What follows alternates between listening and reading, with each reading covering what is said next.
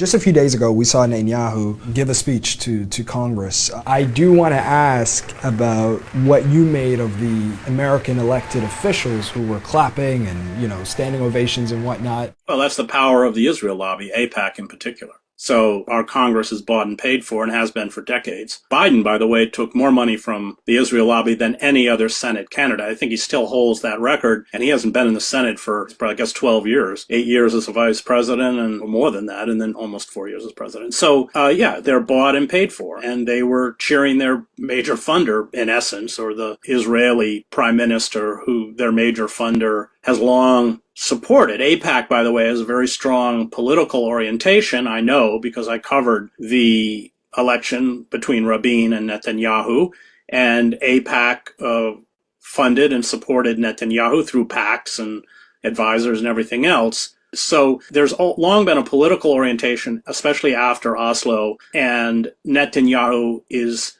hand in glove with the Israel lobby.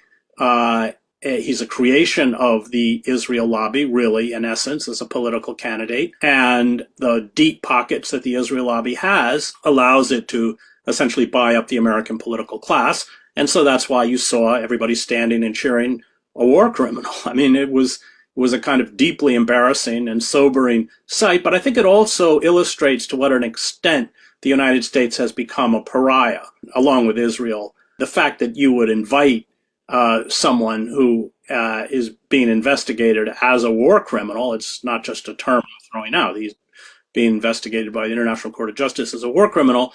So that they would invite him, it just shows you how checked out both Israel and the United States have become from the global community.